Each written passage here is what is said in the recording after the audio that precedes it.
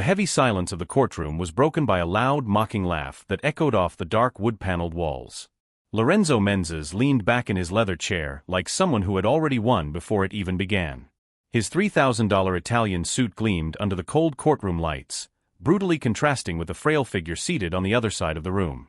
Julia Silva clasped her hands in her lap, her fingers calloused from scrubbing the floors of the Mendez mansion for 7 years. She wore the same simple dress she had bought at a clearance sale 2 years earlier. Her brown eyes, once full of life, now seemed too sunken into her thin face. She had no lawyer. She had no money. She had nothing except a small battered backpack at her feet. "Your Honor," Lorenzo addressed the judge with the confidence of someone who had always gotten what he wanted in life, "this situation is embarrassing. The claimant didn't even bring legal representation. How can we proceed with something so amateur?" Beside him, Dr. Augusto Valila, a lawyer famous for never having lost a labor case defending businessmen, adjusted his designer glasses and smiled discreetly. His leather briefcase contained stacks of documents, all meticulously prepared to destroy any claim that domestic worker dared to make. Julia felt her stomach churn. She had barely eaten in the past few weeks. After being fired without receiving any of her rights, she had to return to the neighborhood where she grew up, sharing a tiny room with her aunt. The savings she had put together over 7 years of work disappeared paying for medicine for her sick aunt. "Miss Silva," Judge Enrique Tavares looked at her with a mix of pity and impatience, "you appeared without legal assistance. Are you aware that this significantly harms your position?" Julia opened her mouth, but no sound came out. Her hands were visibly shaking. She thought about giving up. She thought about simply getting up and leaving that room where she felt so small, so invisible. "Your Honor, may I suggest that we wrap this up quickly?" Lorenzo leaned forward, his voice loaded with contempt. "This woman worked in my house for years. She was always well treated, fed, even had a room better than many people out there. And now she comes here making up stories about unpaid rights? That's ingratitude of the highest order." He waved his hand as if shooing away a fly. "People like this don't know the value of things. I gave her an opportunity, took her out of misery, and this is the thanks I get." Julia felt tears burning her eyes, but she didn't let them fall. She remembered the early mornings waking up at 5 a.m., the aching back after washing 3 floors of marble, the endless parties where she served champagne to guests who wouldn't even look her in the eyes, the holidays she spent away from her family because her employer needed someone to serve dinner. "Miss Silva," the judge repeated, his patience clearly wearing thin. "I need you to speak. Do you have anything to declare?" That was when she felt it. A strange heat in her chest. It wasn't exactly courage. It was something deeper. A voice she had buried a long time ago, ever since her mother had disappeared from her life 20 years earlier, when Julia was only 8 years old. Her voice came out weak, almost inaudible. Lorenzo rolled his eyes theatrically at the lawyer beside him. "Pathetic." "Yes, I do," Julia shouted, surprising herself. Her voice echoed through the room, making some people in the gallery shift in their seats. "I have the right to be here. I worked 7 years, 7 years of my life, washing, cooking, cleaning, taking care of that house as if it were my own. I never took vacations, I never received a 13th salary, I never had days off on holidays." She was standing now, without even realizing when she had gotten up. Her hands were still shaking, but there was something different in her eyes. A flame. "That man treated me as if I were nothing. As if I were invisible. But I am someone. I exist. And I have rights." The judge raised his hand to calm her, but before he could speak, the courtroom's double doors burst open with a bang that made everyone turn their heads. A woman entered. No, she didn't enter. She commanded the space. Impeccable black pantsuit, high heels that resonated on the wooden floor like hammer blows, a genuine leather executive briefcase. Her gray-streaked hair was tied in an elegant bun, and her eyes, those brown eyes Julia would never forget. "I apologize for the delay, Your Honor," the woman's voice cut through the air like a sharp blade. "I came from another state and the traffic was impossible. But I am here now to represent my client." Julia couldn't breathe. That face. 20 years later. Older, more severe, but unmistakable. "And who are you, ma'am?" the judge asked, clearly impressed by the imposing presence of the newcomer. The woman placed the briefcase on the table, her movements precise and calculated. She looked directly at Lorenzo, who for the first time since the hearing began was not smiling. My name is Dr. Helena Cortez. If you're enjoying this story, don't forget to subscribe to the channel and like the video. Leave a comment telling us what you think and which city or country you're watching from. Your participation is very important. The name echoed through the room like a silent thunderclap. Lorenzo went pale. Dr. Augusto Valila dropped the pen he was holding. Even the judge adjusted himself in his chair, clearly recognizing that name. And Julia, with tears now freely streaming down her face, whispered the only word she could form, "Mom." Helena did not look at her daughter. Not yet. Her eyes remained fixed on Lorenzo, who was now shifting uncomfortably in his chair. The lawyer beside him whispered something in his ear, but Lorenzo ignored him, maintaining an expression that tried to look confident but failed miserably. Dr. Cortez, Judge Enrique finally broke the tense silence. It is an honor to have you in my courtroom. I was not aware that you were involved in this case. I just took it on, Your Honor. Helena opened her briefcase with calculated movements, pulling out a neatly organized stack of documents. My client tried to resolve this situation amicably for months, but she was systematically ignored. So here we are. Lorenzo finally found his voice, although it came out less firm than he intended. This is ridiculous. Who the hell hired a lawyer of this caliber? This woman can barely afford to eat. It was the first time Helena looked directly at him, and the weight of that gaze made Lorenzo recoil involuntarily. My fees are none of your concern, Mr. Mendez. What should concern you is what I discovered about the way you conducted this employment relationship. Dr. Augusto Valila stood up, trying to regain control of the situation. Your Honor, this is theater. My client has all records in order. Miss Silva was properly registered, received her salary monthly, and had all obligations fulfilled. Helena smiled. It was not a friendly smile. Registered? Interesting. She pulled a document from the top of the stack. According to the work record book my client has, she was indeed registered. But always with minimum wage, correct? Lorenzo shrugged.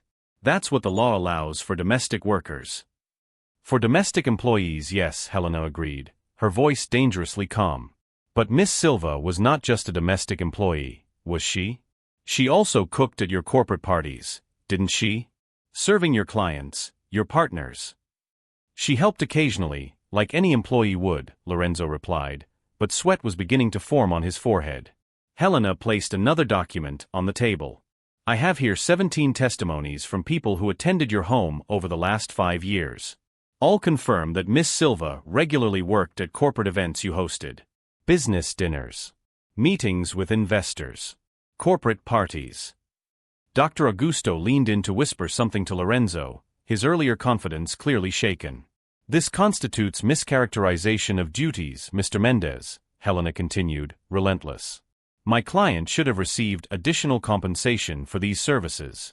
She should have had her work hours controlled. She should have been paid for the absurd amount of overtime she worked. Julia watched everything as if she were watching a movie.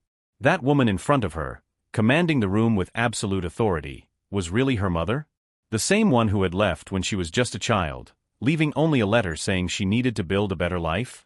Furthermore, Helena pulled out a different, thicker folder. I have here bank statements that show something interesting. You, Mr. Mendez, made several cash withdrawals over the years. Always close to Miss Silva's payday. Amounts that match exactly the salaries that should have been paid to her with the proper additions. That's absurd. Lorenzo slammed his hand on the table, standing up abruptly. Where did you get my bank statements? That's an invasion of privacy. Helena remained impassive. They were provided by your ex-wife, Mr. Mendez.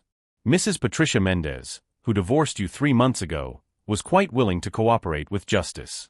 Especially after discovering that you were diverting money from the family business to pay for, how should I put it, questionable personal expenses. The silence that followed was absolute. Even the people in the gallery seemed to hold their breath. Dr. Augusto Valila closed his briefcase. A small gesture, but profoundly significant. Lorenzo noticed and turned to him, incredulous. What are you doing?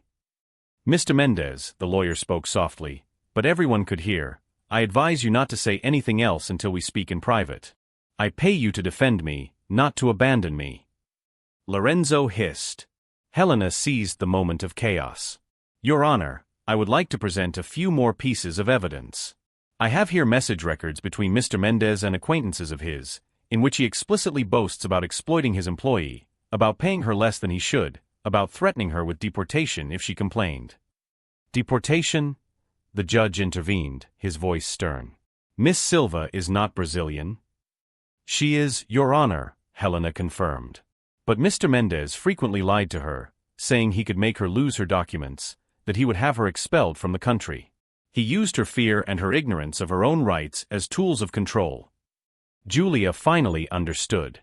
All those times Lorenzo threatened her, said she was nothing, that he could destroy her with a phone call. All lies. Cruel manipulation. Lorenzo was pale now, his arrogance completely evaporated. This is all just misunderstandings." "They are labor crimes, Mr. Mendez," Judge Enrique cut him off, his patience clearly exhausted. "And possibly criminal ones as well." Helena closed her briefcase with a definitive click. "Your Honor, I request that all amounts owed to my client be calculated. Overdue wages with the proper additions, overtime, unused vacation, 13th salaries, FGTS not deposited, in addition to compensation for moral damages due to the degrading treatment she suffered for 7 years." Lorenzo looked at his lawyer, desperate, but Dr. Augusto only looked away. Judge Enrique adjusted his glasses and flipped through the documents Helena had presented. The silence in the room was oppressive, broken only by the sound of paper being turned. Julia could hear her own heart beating out of rhythm. She still did not have the courage to look directly at Helena, her mother, the woman who had abandoned her 2 decades earlier. "Dr. Cortez," the judge finally spoke, "these are serious accusations. Do you have anything to say in your defense, Mr. Mendez?" Lorenzo opened and closed his mouth several times, like a fish out of water. His hands were visibly shaking now.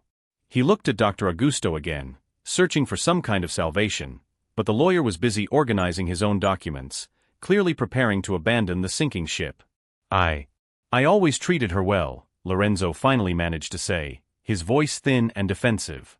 "She lived in my house, ate my food, had a roof over her head." Helena slowly turned toward him, and there was something dangerous in that calculated movement. "Do you really believe that providing the bare minimum for survival is generosity? That exploiting someone for years and throwing crumbs as if they were favors is being a good employer?" "My client slept in a windowless room, the size of a closet," Helena continued, her voice sharp. "She woke up at 5 in the morning and often worked until after midnight. On weekends, when your family traveled, she stayed alone in the house, unable to leave, because you said she needed to watch over the property." Julia closed her eyes. She remembered the endless nights alone in that huge, empty mansion. The fear she felt at every noise. The loneliness that hurt more than the physical exhaustion. She had convinced herself that it was normal, that it was part of the job, that she should be grateful. "Your Honor," Helena pulled out another document, "I would like to present the testimony of Mrs. Patricia Mendez, the defendant's ex-wife. She confirmed that she frequently heard her husband humiliating Miss Silva, calling her stupid, incompetent, saying she should be grateful to have a job, since no one else would ever hire her." The judge read the testimony in silence, his expression growing more and more severe. "Mr. Mendez, this is moral harassment. Are you aware of that?" Lorenzo did not answer. He was slumped in his chair now, all his previous arrogance completely dissolved. It was hard to believe that the small, frightened man sitting there was the same one who had laughed at her just half an hour earlier. Helena continued, relentless. "There is also the issue of the accident." Julia felt her entire body go rigid. The accident. She had tried to forget, but the scar on her right arm never let her forget completely.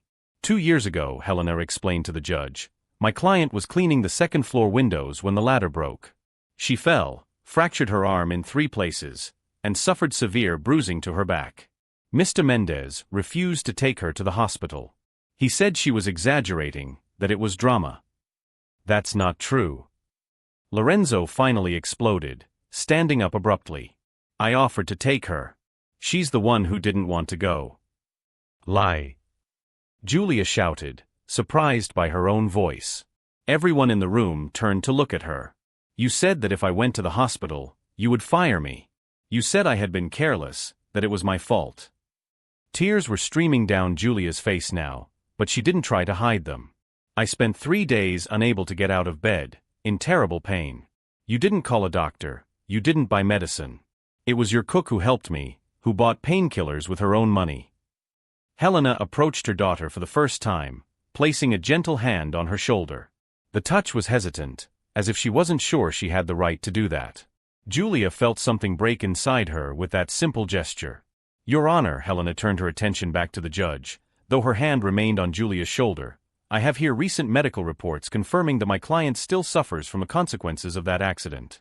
She has chronic back pain and reduced mobility in her right arm. All because she was denied the basic right to proper medical care. Judge Enrique slammed the folder shut, the sound echoing through the room. Mr. Mendez, do you realize the seriousness of what is being presented here? This is not just a labor matter. These are possible crimes of bodily harm, unlawful confinement, and exploitation. Dr. Augusto finally spoke, his voice professional but distant. Your Honor, I request a recess so that I may speak with my client in private.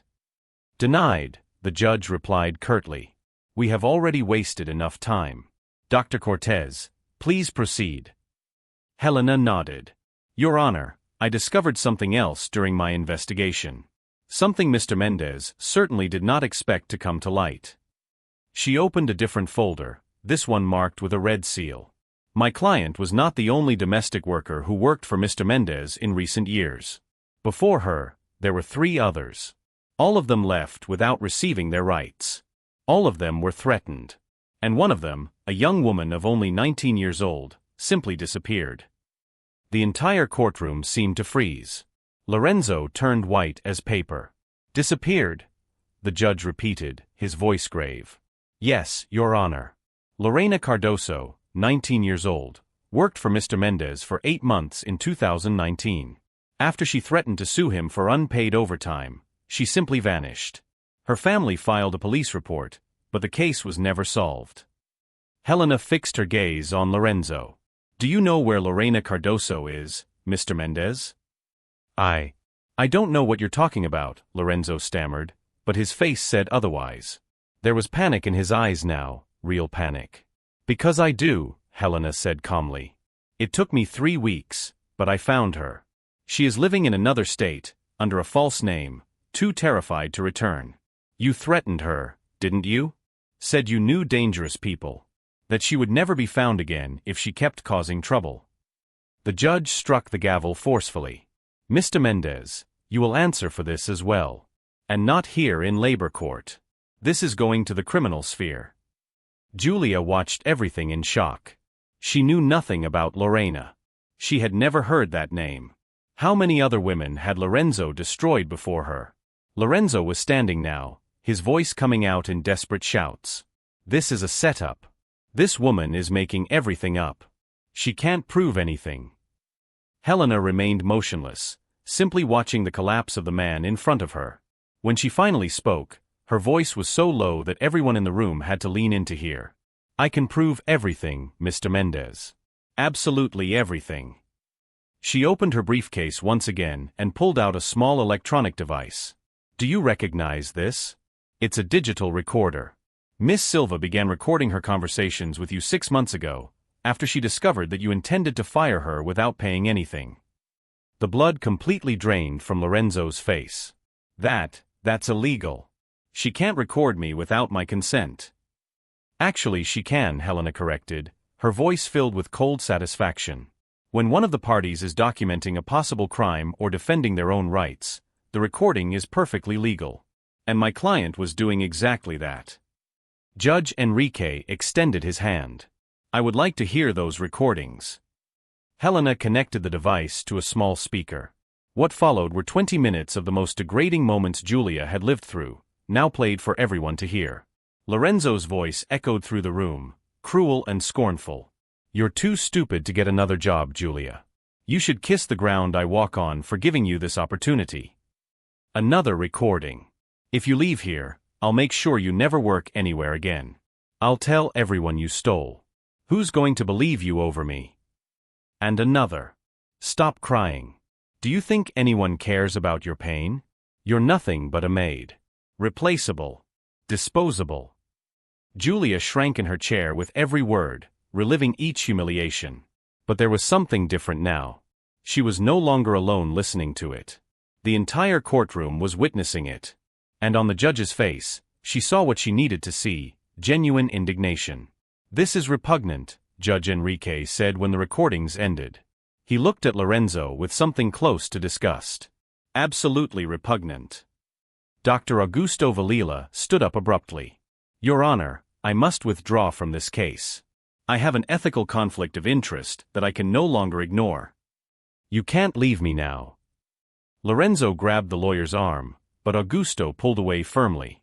"Mr. Mendez, I advise you to retain new counsel as soon as possible. I can no longer represent you."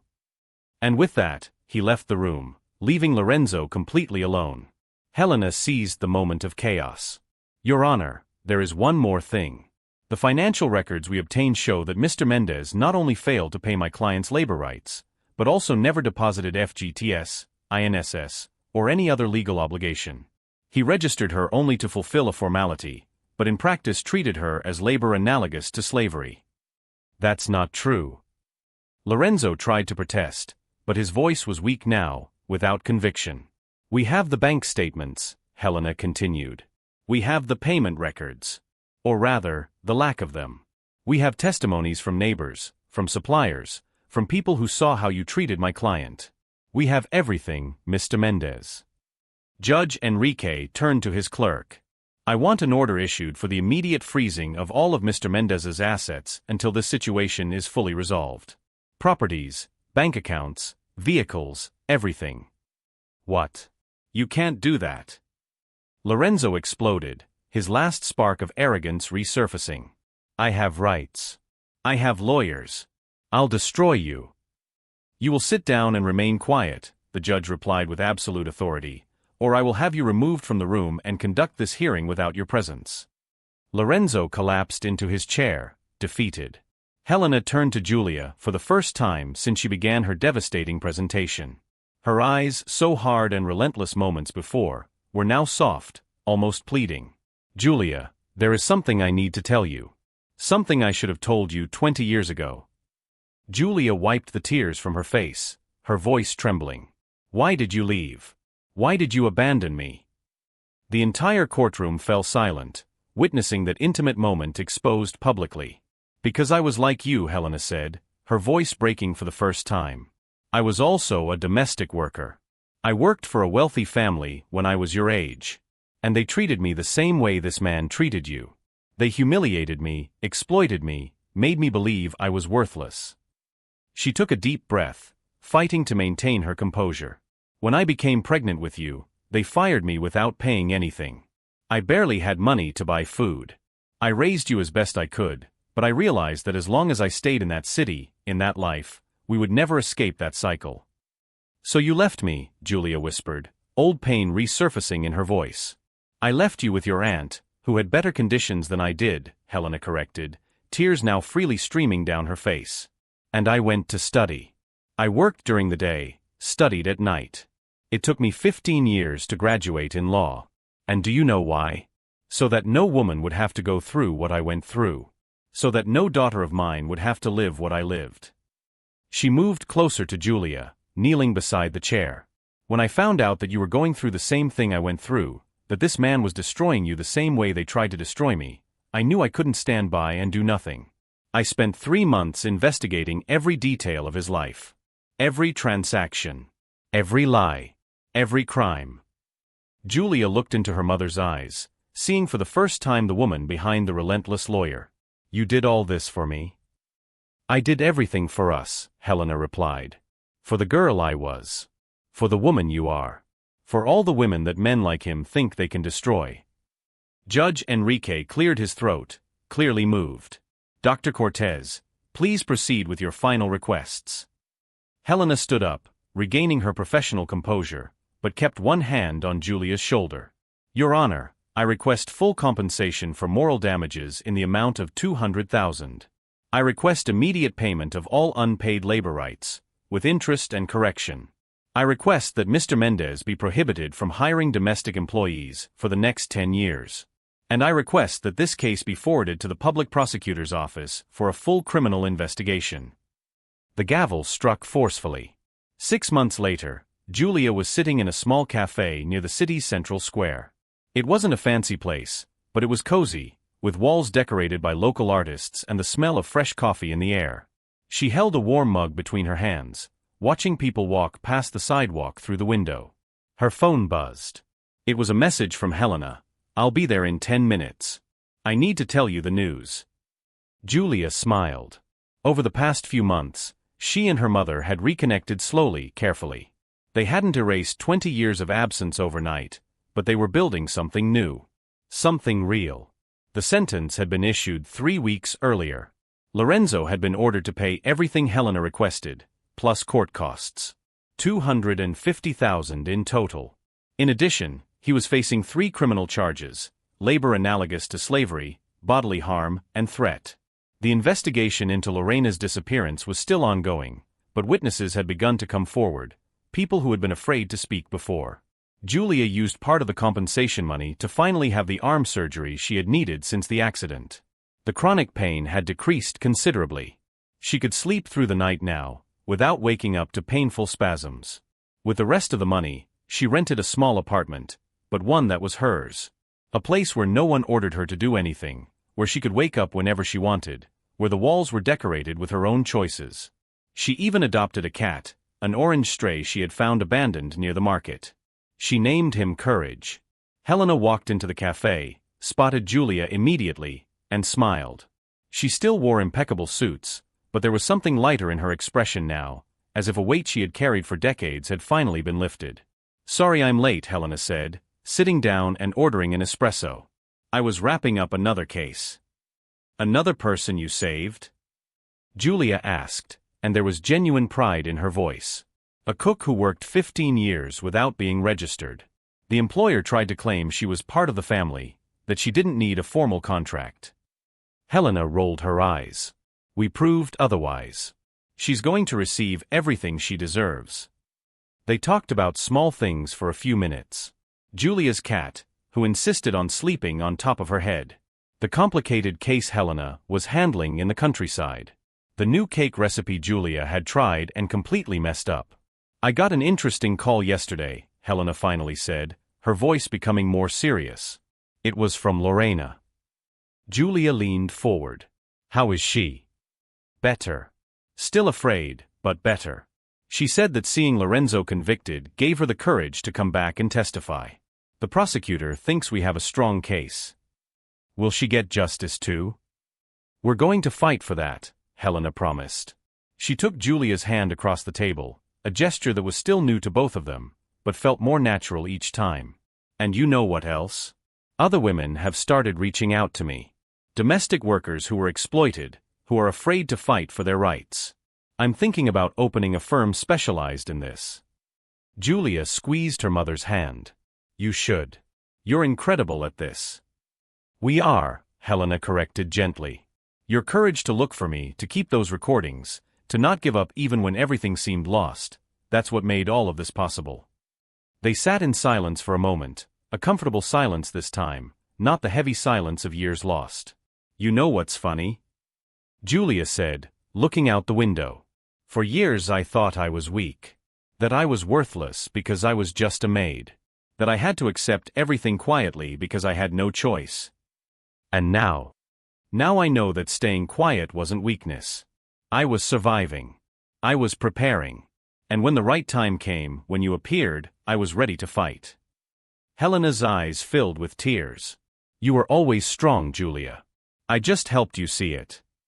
A week later, Julia was in a courtroom again. But this time not as a plaintiff. She was in the gallery, supporting another woman Helena was defending. A 23-year-old woman who had been exploited by a wealthy family for 4 years.